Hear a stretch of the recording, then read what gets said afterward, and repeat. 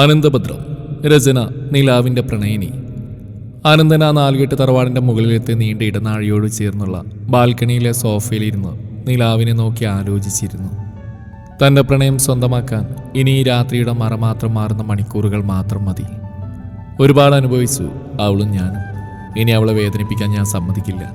പാടവരമ്പത്ത് അച്ഛൻ്റെ കൂടെ പോയപ്പോഴാണ് ആദ്യമായിട്ട് ഞാൻ അവളെ കാണുന്നത്. പച്ച പട്ട് പാവാടയൊക്കെ ഇട്ട് 2 ഭാഗം മുടി മുടഞ്ഞു കെട്ടി കണ്ണിൽ കൺമിഷി നീട്ടി എഴുതി കുഞ്ഞു പൊട്ടും ചന്ദനക്കുറിയൊക്കെ ചാർത്തിയ ഒരു കൊച്ചു സുന്ദരി. അവൾക്കന്ന് പ്രായം 10 വയസ്സായിരുന്നു, എനിക്ക് 16. കണ്ണിമയൊന്ന് ചലിപ്പിക്കാൻ പോലും കഴിയാത്ത വിധം ഞാൻ അവളെ നോക്കി. എൻ്റെ മാത്രം ഭദ്രയെ. അച്ഛനോട് കിന്നാരം പറഞ്ഞു നിൽക്കുന്ന ഒരു കുട്ടിക്കുറുമ്പി. അന്ന് ആദ്യമാത്രയിൽ കണ്ടപ്പോൾ തന്നെ എൻ്റെ ഇടനെഞ്ചിൽ സ്ഥാനം പിടിച്ചവൾ. പിന്നീട് അവളെ കാണാൻ മാത്രമായി എന്നും പാടത്തേക്കൊക്കെ പോകുമായിരുന്നു. ഒപ്പം പാടത്തെ പണിക്കാരെ ചെറിയ രീതിയിൽ സഹായിക്കുമായിരുന്നു. എന്നാൽ ഇതൊന്നും തറവാട്ടിലെ മുതിർന്നവർക്ക് ഇഷ്ടമല്ലായിരുന്നു. സാധാരണക്കാരോട് കൂട്ടുകൂടുന്നതും കളിക്കുന്നു നമ്മുടെ അന്തസ്സിനും അഭിമാനത്തിനും ചേർന്നല്ലെന്ന വാദമായിരുന്നു മുത്തശ്ശനും മുത്തശ്ശിക്കും. അവർ പറയുന്നതിന് ഇടത്തേക്കോ വലത്തേക്കോ പോലും ചിന്തിക്കാതെ അതേപടി അനുസരിക്കുന്ന മക്കളും മരുമക്കളും പേരക്കുട്ടികളും. എന്നാൽ ഞാൻ മാത്രം അതിൽ നിന്ന് വ്യത്യസ്തമായിരുന്നു.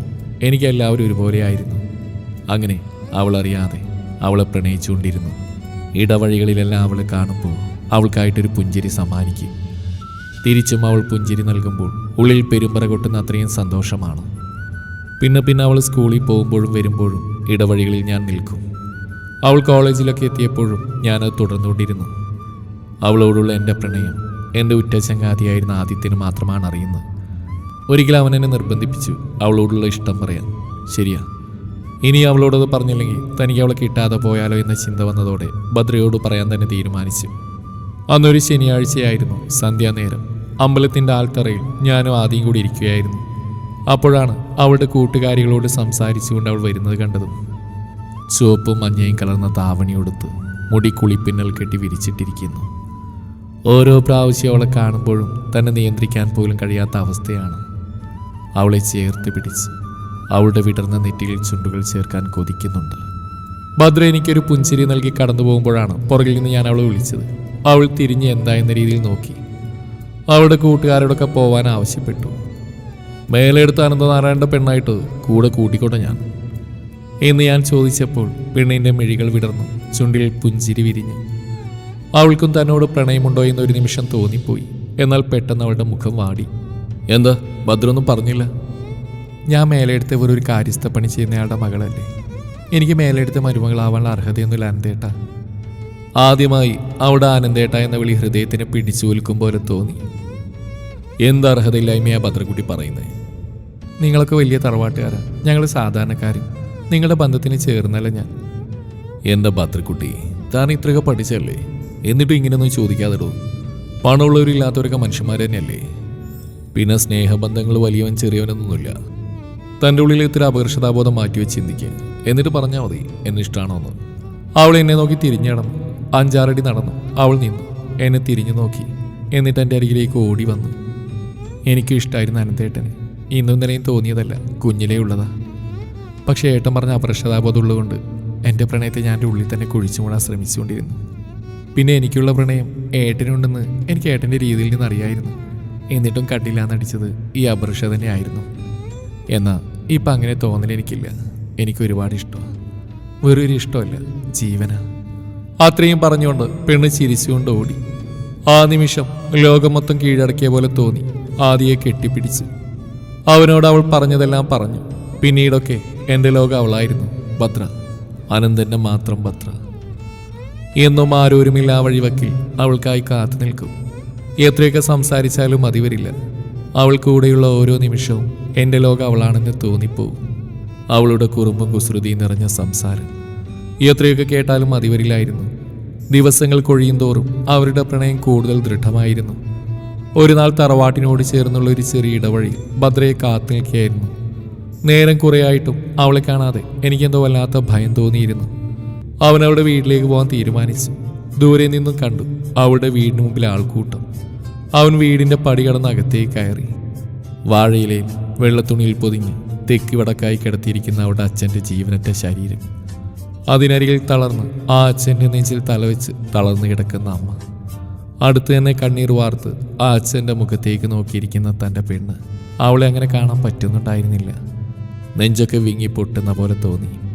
നേരെ അവിടെ അടുത്ത് ചെന്നിരുന്ന് നെഞ്ചോട് ചേർത്ത് പിടിച്ചു. അപ്പോൾ തന്നെ പെണ്ണ് കെട്ടിപ്പിടിച്ചുകൊണ്ട് കരയാൻ തുടങ്ങി. സമാധാനിപ്പിക്കാനെന്ന വണ്ണം ചുറ്റുമൊന്ന് കണ്ണോടിച്ചപ്പോൾ കണ്ടു മുത്തശ്ശനെയും അച്ഛന്മാരെയും. എല്ലാവരും തങ്ങളെ നോക്കി നിൽക്കുകയായിരുന്നു.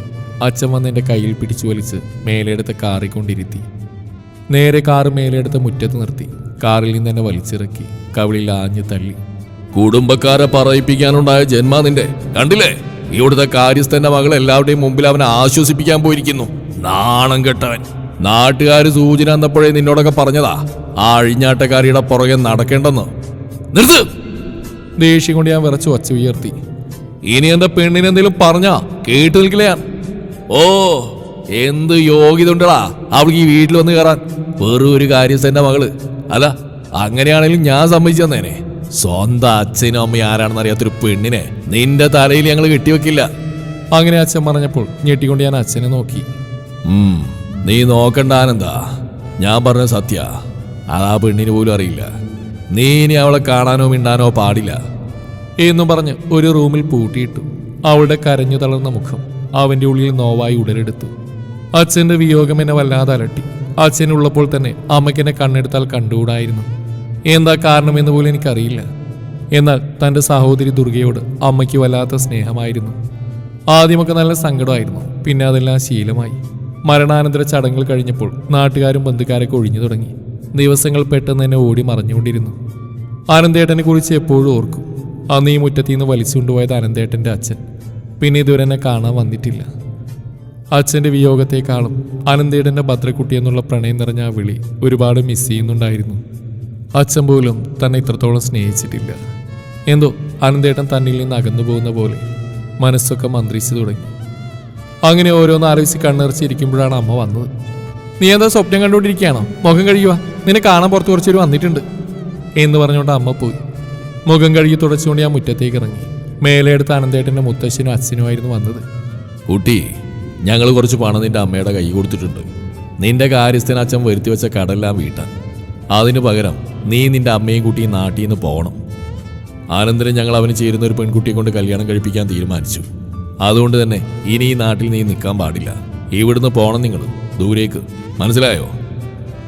അനന്തേട്ടൻ്റെ അച്ഛൻ അങ്ങനെ പറഞ്ഞപ്പോൾ നെഞ്ചിൽ നിന്ന് ചോര പൊടിയുന്ന പോലെ തോന്നി. കണ്ണുകൾ നിറഞ്ഞ് കാഴ്ച മങ്ങി. അത്രയും പറഞ്ഞുകൊണ്ട് അവർ പോയി. ഞാൻ തറഞ്ഞു നിന്നു. ഡി കേട്ടല്ലോ, മേലെടുത്തിട്ട് പറഞ്ഞ് നമുക്ക് ജീവിക്കാനുള്ള വകയൊക്കെ അവർ തരും. പക്ഷേ അനന്ത കുഞ്ഞിൻ്റെ ജീവിതത്തിൽ നിന്ന് ഒഴിയണം. ഇല്ല, അനന്തേട്ടനില്ല, എനിക്ക് പറ്റില്ല. കരഞ്ഞുകൊണ്ട് അവൾ അകത്തേക്ക് ഓടി. നീ ഇവിടുന്ന് പോയാ എൻ്റെ മോടെ ശവമായിരിക്കും നീ കാണുക. എന്നിട്ട് നീ അവരുടെ കൂടെ പോയി ജീവിക്കും. റൂമിന് പുറത്തുനിന്ന് അമ്മ ഇങ്ങനെ എന്തൊക്കെയോ വിളിച്ചു പറഞ്ഞു. അവസാനം അവർക്ക് വേണ്ടി അച്ഛൻ ഉറങ്ങുന്ന മണ്ണിൽ നിന്നും ആ നാട്ടിൽ നിന്നും പോവാൻ ഞാൻ തയ്യാറായി. കുറേ നാളുകൾക്ക് ശേഷം മുറിയിൽ നിന്ന് തന്നെ തുറന്നു വിട്ടപ്പോൾ അവളുടെ അരികിലെത്താനായിരുന്നു മനസ്സ് കൊതിച്ച്. എന്നാൽ അവിടെ എത്തിയപ്പോൾ 2 ദിവസങ്ങൾക്ക് മുമ്പ് അവർ നാട്ടിൽ നിന്ന് പോയി എന്ന വാർത്തയാണ് അറിയാൻ കഴിഞ്ഞത്. പിന്നെ അവൾ തേടിയുള്ള അലച്ചിലായിരുന്നു. എവിടേക്കോ തേടി, പക്ഷെ കണ്ടുപിടിക്കാൻ മാത്രമായില്ല. ഭദ്ര, ഈ അനന്തൻ്റെ പെണ്ണ്, ഈ നാട്ടിൽ നിന്ന് പോയിട്ട് 3 വർഷമായി. അവളോടുള്ള പ്രണയം ഒരു തരി പോലും കുറയാതെ ഇന്നും മനസ്സിൽ സൂക്ഷിച്ചിട്ടുണ്ട്. അതിനിടയിൽ അവൻ്റെ അച്ഛനും അമ്മയും മറ്റു കുടുംബക്കാരും അവനെ വിവാഹം കഴിക്കാൻ ഒരുപാട് നിർബന്ധിച്ചു. ഇല്ല, ഭദ്രയല്ലാതെ മറ്റൊരു പെൺകുട്ടിയെ അവൻ്റെ പാതിയായി സങ്കല്പിക്കാൻ പോലും അവന് കഴിയുമായിരുന്നില്ല. അവൾ എന്തെങ്കിലും തനിക്കരികിൽ എത്തുമെന്ന വിശ്വാസമാണ് ആനന്ദിന്. തൻ്റെ നാട്ടിൽ നിന്ന് വന്ന പാലക്കാടായിരുന്നു. അനന്തേട്ടനെ കാണാതെ മിണ്ടാതെ എങ്ങനെയെന്ന് അറിയില്ലായിരുന്നു. പക്ഷെ അമ്മക്കും ദുർഗക്കും വേണ്ടി അനന്തേട്ടൻ്റെ കണ്ണെത്താ ദൂരത്തേക്ക് വന്നു. അമ്മ വിവാഹത്തിനായി ഒരുപാട് നിർബന്ധം പിടിക്കേണ്ടത്. പക്ഷേ ഭദ്രക്ക് അനന്തൻ്റെ താലിയില്ലാതെ മറ്റൊരാളുടെ താലി സ്വീകരിക്കാൻ കഴിയില്ലായിരുന്നു. ഇപ്പോഴൊരു വിശ്വാസമുണ്ട്, എന്നെ തേടി എൻ്റെ അനന്തേട്ടൻ വരുമെന്ന്. അതിനായിട്ടുള്ള കാത്തിരിപ്പിലാണ് ഈ ഭദ്ര. 3 വർഷത്തിനിപ്പുറം ആരോ ഭദ്രയെ പാലക്കാട് തണലെന്ന ആശ്രമത്തിന് കീഴെ പ്രവർത്തിക്കുന്ന ഒരു സ്കൂളിൽ വെച്ച് കണ്ടു എന്ന് നാട്ടിൽ മൊത്തം പാട്ടാണ്. അതെ, അവളെ തേടിപ്പോയി അവൻ. ഇത്രയും നാളത്തെ പരിശ്രമത്തിനൊടുവിൽ അവളെ തന്നോട് ചേർക്കാൻ. അനാഥരായ കുറേ കുഞ്ഞുങ്ങളുണ്ട് അവിടെ. ഭദ്ര ഇപ്പോൾ അവിടെ പഠിപ്പിക്കുന്ന ടീച്ചറാണ്. എന്നിരുന്നാൽ അവൾ ആ കുഞ്ഞുങ്ങൾക്ക് ചേച്ചിയമ്മയാണ്. ഭദ്രയുടെ അമ്മയ്ക്ക് ഇപ്പോൾ പഴയ പോലെ മക്കളോട് വേർതിരിവൊന്നുമില്ല. കാര്യമെന്താണെന്ന് വെച്ചാൽ ഭദ്രയാണല്ലോ അവരെ നോക്കുന്നത്. അവിടെ ആ സ്കൂളിലെത്തിയപ്പോൾ കണ്ടു ആ കുഞ്ഞുമക്കൾക്ക് സ്നേഹത്തോടെ കഥയും കവിതയും ഒക്കെ പറഞ്ഞും പാടിയും കൊടുക്കുന്ന തൻ്റെ പെണ്ണിനെ.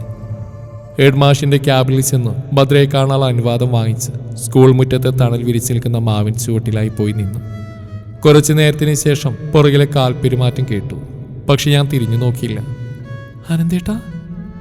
ഭദ്ര കണ്ണ് നിറച്ച് ചിരിച്ചുകൊണ്ട് എൻ്റെ അരികിലേക്ക് ഓടി വന്നു. എൻ്റെ നെഞ്ചോട് ചേർന്നു. എൻ്റെ കൈകൾക്ക് അവളെ ചേർത്ത് നിർത്താതിരിക്കാൻ കഴിയില്ലായിരുന്നു. മുറുകെ പുണർന്ന് അവളുടെ നെറ്റിത്തടത്തിൽ ചുണ്ട് ചേർത്തു. എനിക്കറിയായിരുന്നു എൻ്റെ അനന്തേട്ടൻ വരുന്നു. ഈ 3 വർഷം അതിനായിട്ടുള്ള കാത്തിരിപ്പായിരുന്നു. ഭദ്ര, എനിക്കറിയാം പെണ്ണേ. ഈ 3 വർഷം ഞാൻ നിന്നെ തേടി ഒരുപാട് അലഞ്ഞു. പക്ഷേ ഓരോ ഇടത്തും നിന്നെ കാണാതാവുമ്പോൾ ഭ്രാന്തി പിടിച്ച പോലെയുള്ള അവസ്ഥയാണ്. ഇനി നിന്നെ ആർക്കും ഞാൻ വിട്ടുകൊടുക്കില്ല, എന്തിൻ്റെ പേരിലായാലും. അവളൊരു നിറഞ്ഞ പുഞ്ചിരി നൽകി. പ്രണയത്തോടെ അവനായി, അവളുടെ ഹൃദയത്തിൻ്റെ അവകാശിക്കായി. ഭദ്രയെയും കുടുംബത്തെയും കൂട്ടി നാട്ടിലേക്ക് തിരിച്ചു. തൻ്റെ അച്ഛനുറങ്ങുന്ന മണ്ണ്, അവളുടെ കണ്ണിൽ നിന്നൊരു തുള്ളി കണ്ണുനീർ ആ ഭൂമിയിലേക്ക് പതിച്ചു. മേലെടുത്തുകാർക്ക് അവൻ്റെ പ്രണയത്തിന് മുന്നിൽ അടിയറവ് പറയേണ്ടി വന്നു. അവസാനം അവരും കണ്ടതാണല്ലോ അവനെങ്ങനെയാ ഇത്രയും നാൾ ജീവിച്ചതെന്ന്. 3 വർഷത്തിനിപ്പുറമാണ് അവൻ മനസ്സറിഞ്ഞ് ചിരിക്കുന്നത്. പെട്ടെന്നാണ് അനന്തനെ ആരോ തട്ടി വിളിച്ച്. വേറെ ആരുമില്ല, ആദിത്യൻ. എന്താടാ ഇരുന്ന് സ്വപ്നം കാണുന്നത്? ഏയ് അതി മതി ഓർത്ത്, നാളെ നിന്റെ വിവാഹമാണ്, പോയി കിടന്നോടാ. ശിവപാർവതി ക്ഷേത്രത്തിന്റെ മുമ്പിൽ മഹാദേവനെയും ദേവി പാർവതിയെയും സാക്ഷിയാക്കി അനന്തൻ ഭദ്രയെ സ്വന്തമാക്കി. അനന്തന്റെ പാതിയായി, അവരുടെ പ്രണയത്തിന്റെ സാക്ഷിയായി ആകാശവും മുത്തുപൊഴിച്ച് ഭൂമിയിലേക്ക് പതിച്ചു. അവരുടെ പ്രണയവും ജീവിതവും ഏറെ മിഴിവോടെ തുടങ്ങിയായിരുന്നു. അതിനുശേഷവും അനന്തന്റെയും ഭദ്രയുടെയും പ്രണയത്തിന്റെ ഫലമായി അവർക്കൊരു പെൺകുഞ്ഞ് ജനിച്ചു, ദേവാംശി. ഓരോ നിമിഷവും അവർ പ്രണയിച്ചുകൊണ്ടേയിരുന്നു. അനന്തന്റെ ഭദ്രയായും ഭദ്രയുടെ അനന്തേട്ടനായും.